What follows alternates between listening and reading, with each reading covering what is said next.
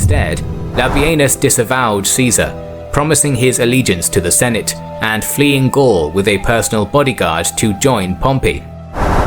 This was a blow to Caesar personally and militarily, as Labienus was Caesar's right-hand man and a highly capable general. Oh no! Caesar against Pompey, the Roman Civil War.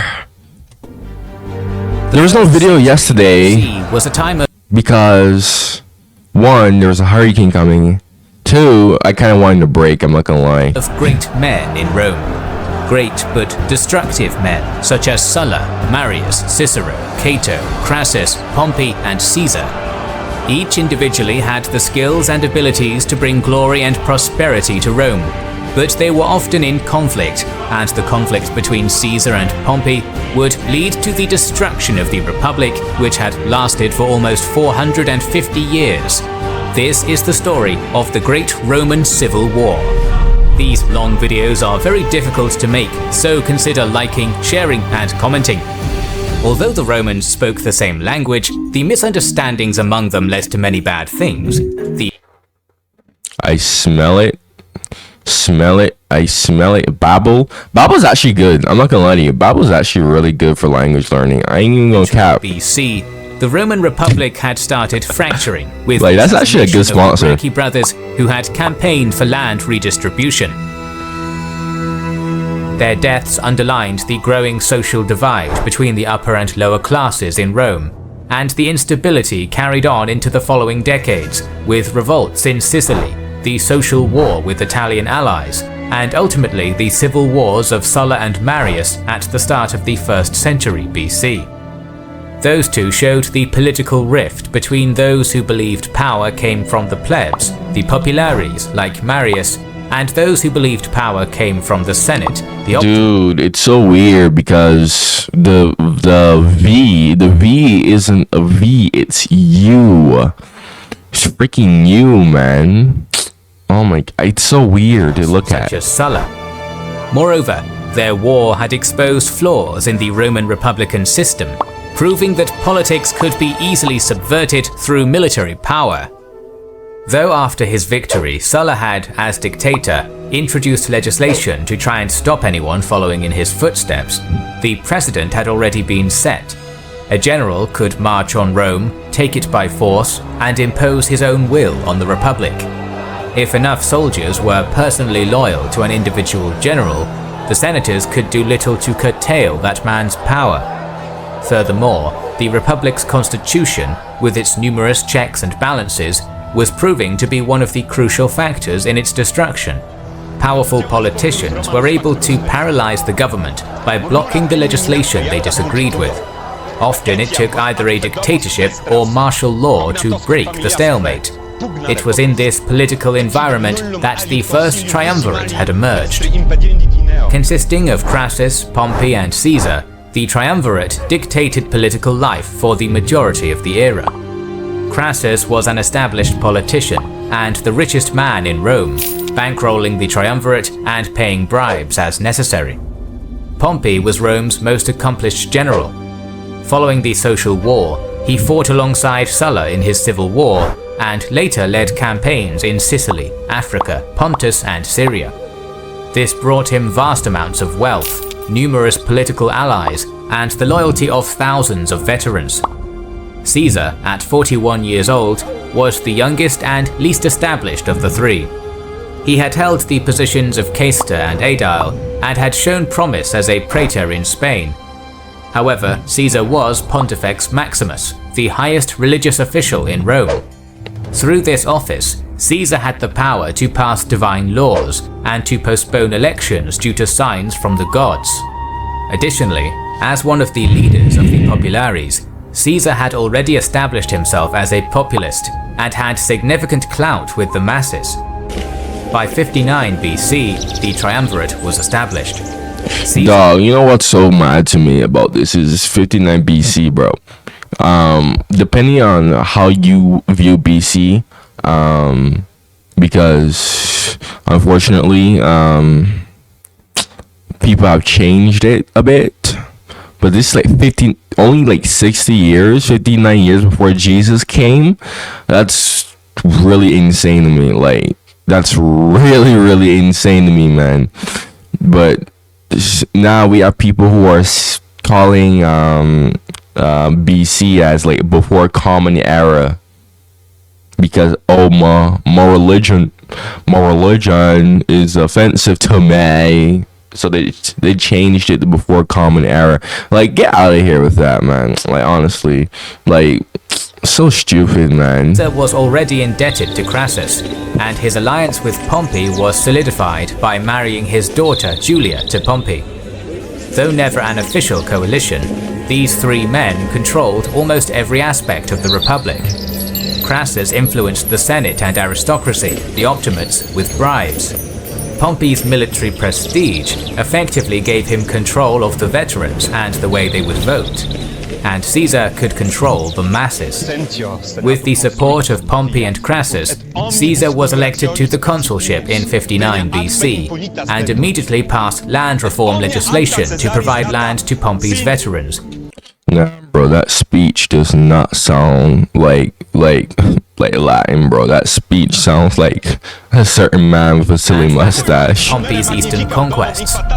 Initially, following Caesar's consulship, the Senate made him an overseer of woods and pastures in Italy, rather than a governor of a province, as was the norm for an ex. You know, it's super interesting to me how I hear kings and generals, which is an American channel, by the way.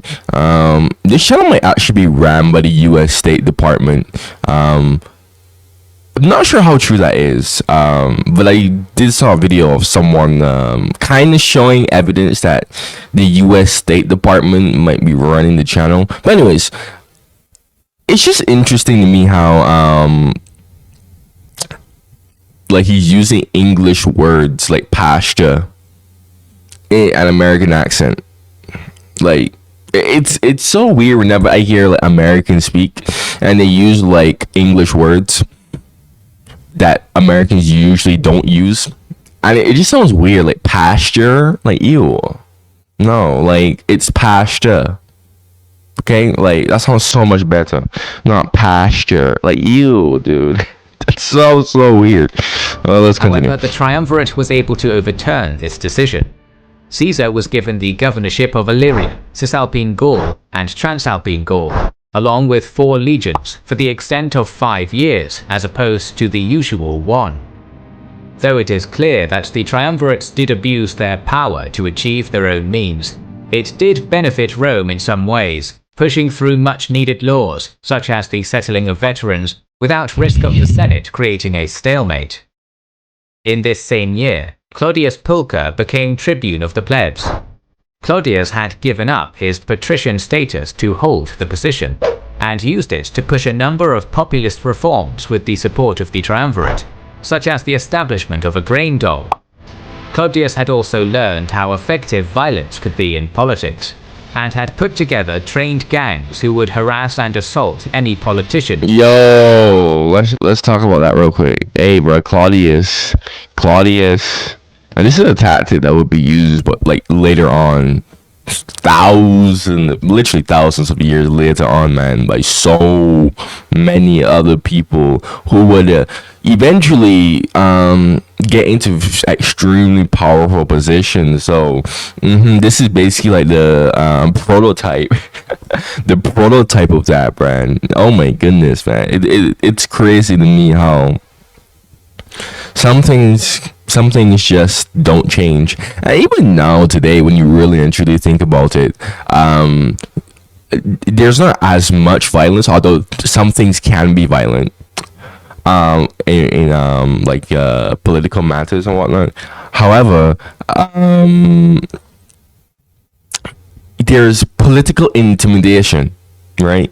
Because that's basically the whole goal of violence in politics. It's just intimidation to stop the other side from getting up and doing what they want to do that would be against your against your interest, right? The political intimidation still very much still exists. It's just that instead of violence, it's more like you're gonna lose your job, or you're gonna get canceled if you're not politically correct. And you know, it's funny because when I dropped that video where I said that the first Gulf War was completely unjustified and was just merely an excuse for U.S. imperialism, a lot of people tried to tell me, "Oh, you shouldn't be saying that. You shouldn't be saying that." La la la la la la.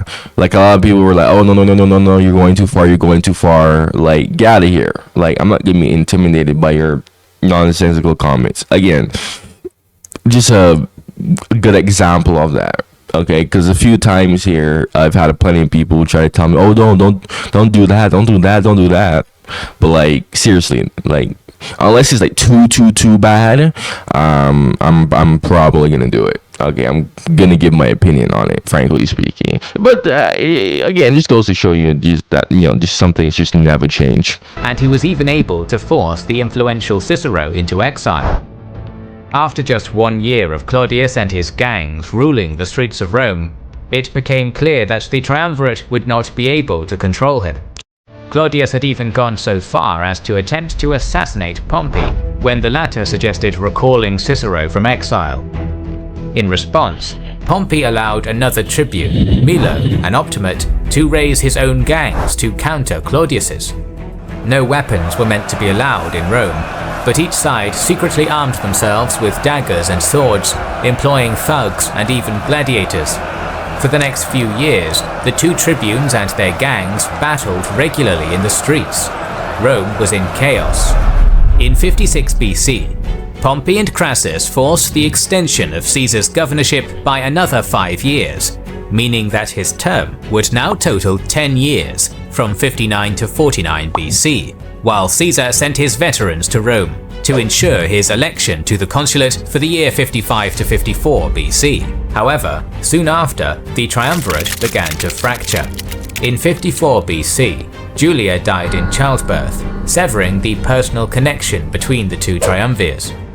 In 53 BC, Crassus embarked on his disastrous Parthian campaign, subsequently dying at the Battle of Carrhae. Moreover, the following year, Claudius was killed by Milo. With Claudius dead and the triumvirate broke, Pompey and Caesar were left as the two most powerful men in Rome. Chaos in the city only increased, as during Claudius's funeral, his supporters started a riot. His body was taken to the Senate house to be burnt on a pyre, and the Senate building itself was destroyed. Wow. In desperation, the Senate turned to Pompey. Jeez, man. In 52 BC, Pompey was named sole consul and was given extraordinary powers. Soldiers were marched into the capital, trials held under armed guard, and executions made. This was ruthless but effective, and order was restored. The Senate awarded Pompey with an extended term of governance in Hispania, as well as powers similar to those that Caesar held in Gaul. Pompey decided to leave the governance of his provinces to lieutenants. His quelling of the riots had brought him the adoration of the Senate and optimates, and he was not willing to give up such power and influence by leaving Rome. The Senate had their own ambitions.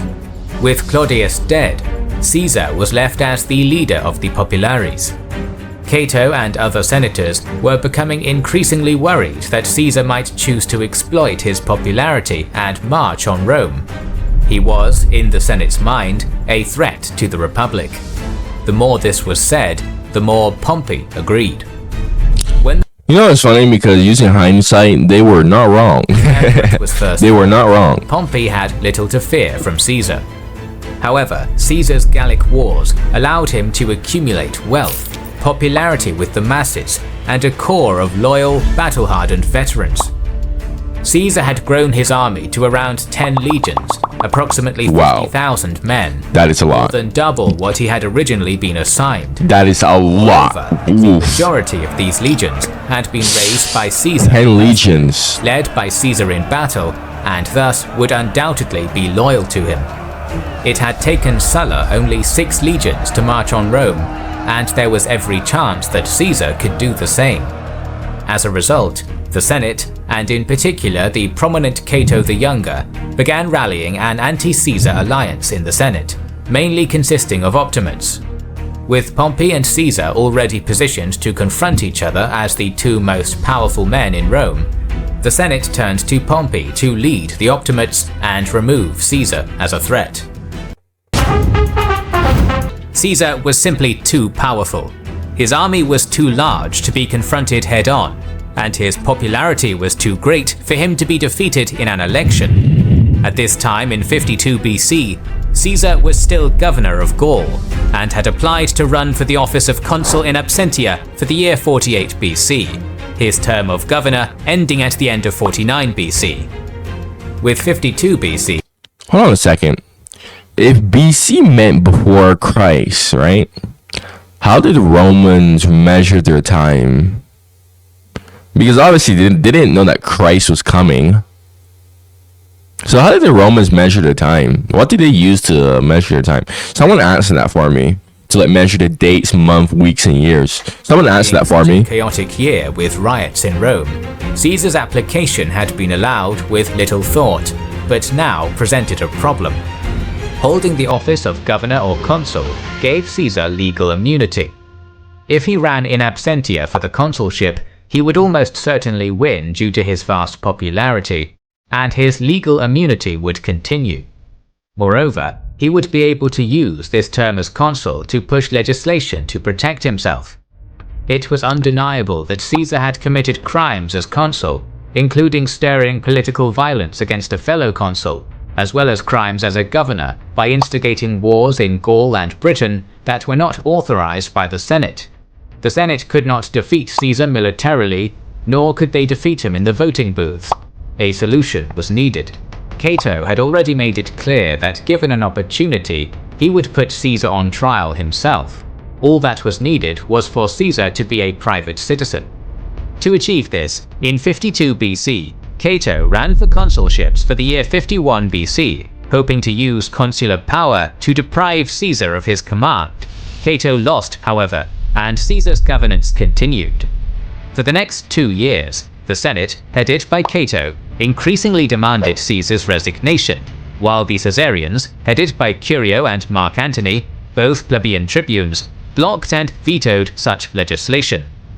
Through a somewhat contrived reading of the law that Pompey and Crassus had passed extending Caesar's term, the Senate insisted that Caesar's term ended in 50 BC, ordering him to relinquish his command. Caesar refused, knowing that as soon as he lost his legal immunity, the Senate would have him put on trial. He also knew that his governorship was in fact legal, and that he had the right to continue it until the previously agreed date at the end of 49 BC. In December 50 BC, Pompey offered to resign his command if Caesar would first. The Caesarians opposed this, insisting that Pompey be first to resign. Neither side was willing to be exposed. That same month, Caesar marched with 1 legion to Ravenna and wrote a letter to the Senate attempting to negotiate, again insisting that if Pompey resigned his command first, so would he. Whether Caesar marched his legion to Ravenna simply to winter there, or if he meant it as an actual threat, is not clear. However, rumors spread that Caesar in fact had 4 legions with him, not just 1. Bro, how in the world do these rumors spread? Like,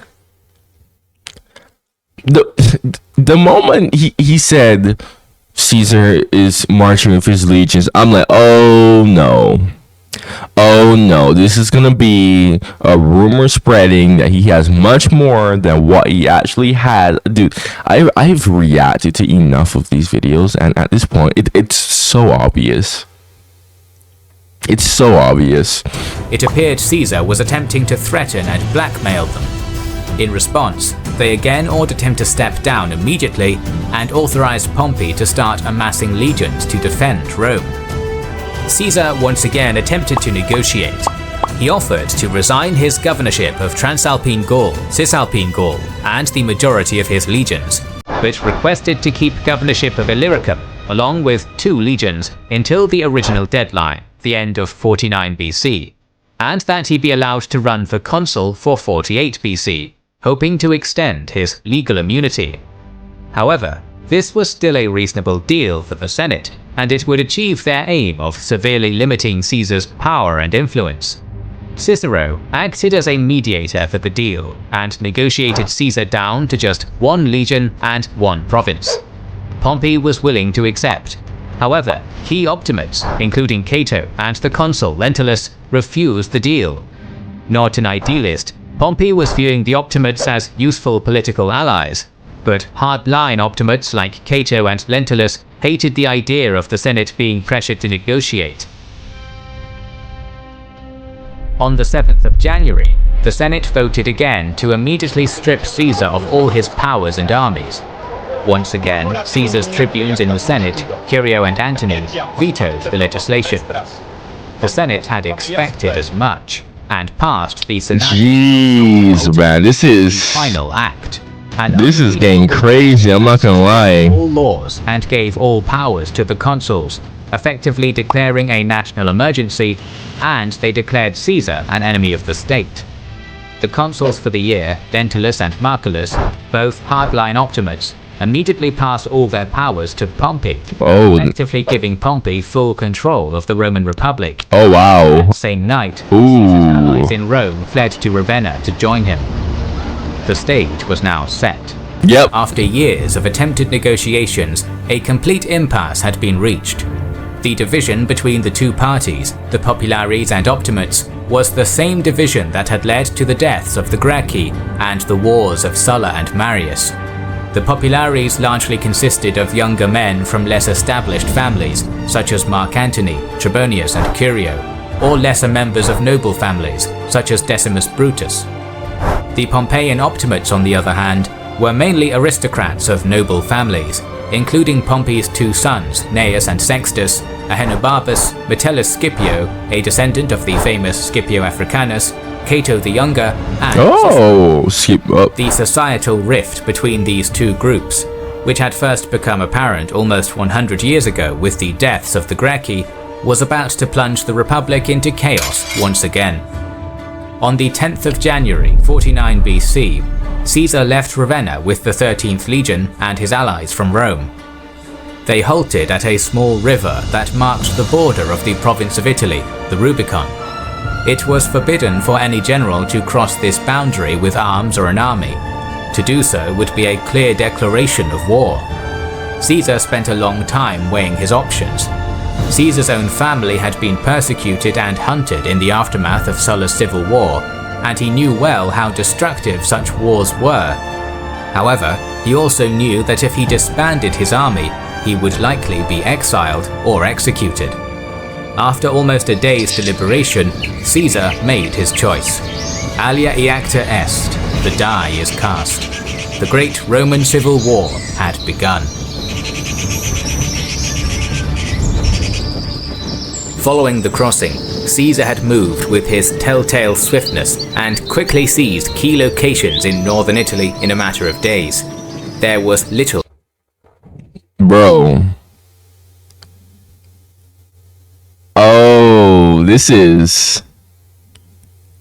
Okay, this is getting good. Okay. Resistance. These cities had not been garrisoned to defend against any significant force, and there were many who sympathized with Caesar against Pompey and the Optimates. As he went, he sent orders to his Gallic legions for reinforcements to march south and join him. In Rome itself, there was mass confusion.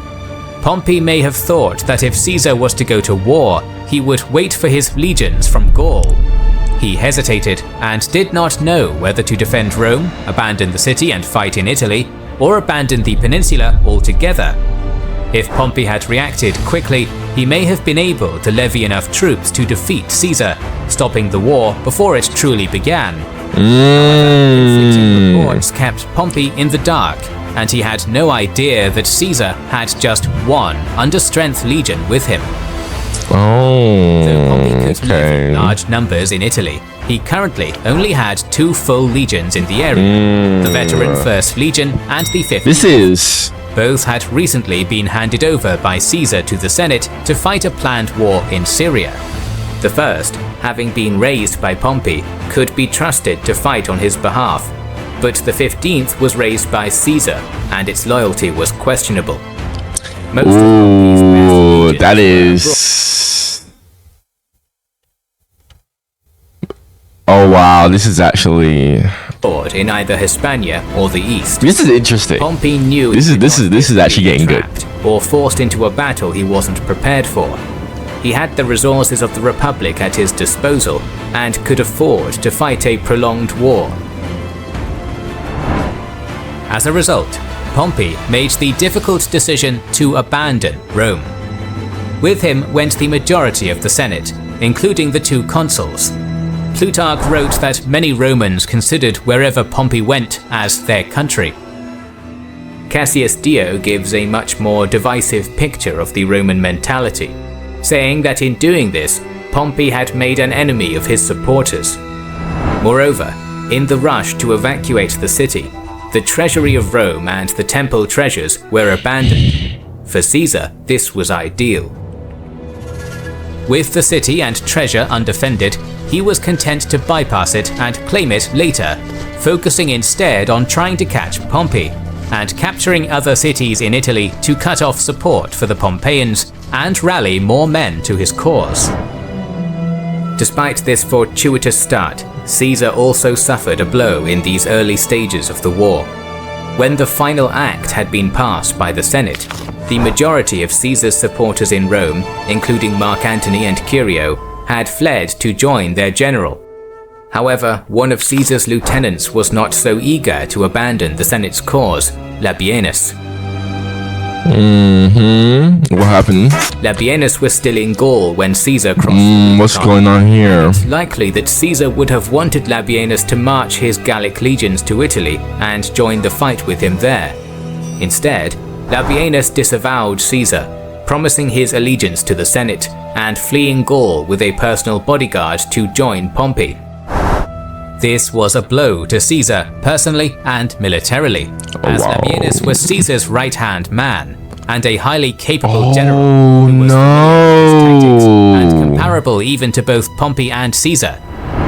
Despite Labienus fleeing Gaul, Caesar's legions still followed their orders to move towards Italy. 2 of the closest legions, the 8th and 12th, were already beginning to cross into Italy to support their general. Okay. As Caesar continued his push south, Pompey began to rally the defences around Capua and raise an army in the south. He still had the veteran 1st Legion. The 15th Legion had remained loyal to him, and he had ordered many cities to raise levies against Caesar, quickly building his numbers. However, one man, Domitius Ahenobarbus, decided to take the initiative against Caesar. Counter to Pompey's orders, he took 30 new. This is so, so this is what I got so far from this. Caesar had so much clout from conquering Gaul, right? Because of this, the Senate thought that Caesar was a threat, right? And now because of that, Caesar is trying to protect himself. That's what I got from all of this. Go and comment if I'm missing something. Newly levied cohorts, equivalent to around 3 legions, to Corfinium, an important crossroads town.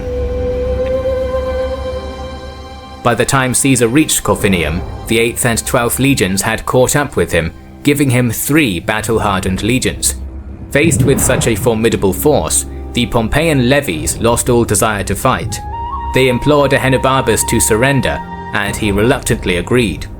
Caesar showed clemency to both the levies and Ahenobarbus. Ahenobarbus was pardoned, but he quickly returned to Pompey in southern Italy to continue the fight. The levies, on the other hand, were made to swear allegiance to Caesar, forming the 15th, 16th, and 17th legions, swelling his numbers even further, and reducing Pompey's without a battle even being fought. He immediately sent these men to prepare for an invasion of Sicily and Sardinia, whilst he continued south. Caesar's leniency at Corfinium gained him popularity across Italy, ensuring that there would be no popular uprising against him on behalf of Pompey, and he was able to raise a further 3 legions, the 18th, 19th, and 20th, as he marched. Pompey now had to change his plan. He knew that he would no longer be able to fight Caesar in Italy anytime soon. he abandoned his plan of fighting Caesar in the south, and instead marched his force to Brundisium, preparing to evacuate from the peninsula. He would go across the Adriatic and into Greece, where legions from the east, battle-tested and loyal, would join him, and he would be able to muster even more men from allies and cities of the east. Moreover, he had numerous legions in Hispania, and with their help could encircle Caesar in Italy. But first, he had to escape. Caesar needed to move fast. If he could catch Pompey in southern Italy, he would be able to corner and defeat him, much as had happened to Spartacus decades earlier. As he pursued Pompey into the south, he continuously sent envoys, insisting he would step down from command if Pompey would do the same. All such offers were refused. Pompey legally had the authority to command armies, and Caesar was now a criminal. The time for negotiations was long gone, and it is likely Caesar himself knew this, so the envoy's true intention was likely to continue to buy him favor with the populace as he continued to chase the Senate. Yeah. Of course. Yeah. In early March. More than common sense, man. Freaking out. Alright, hold on a second. We are going to end off right here. I don't want to drag this video on for too long. But yeah, this is good. This is good. This is good. This is good. If you made it all the way here, make sure you subscribe if you like what I have to say in my videos. If you got any suggestions, go ahead, comment down below. Thank you for watching, and goodbye.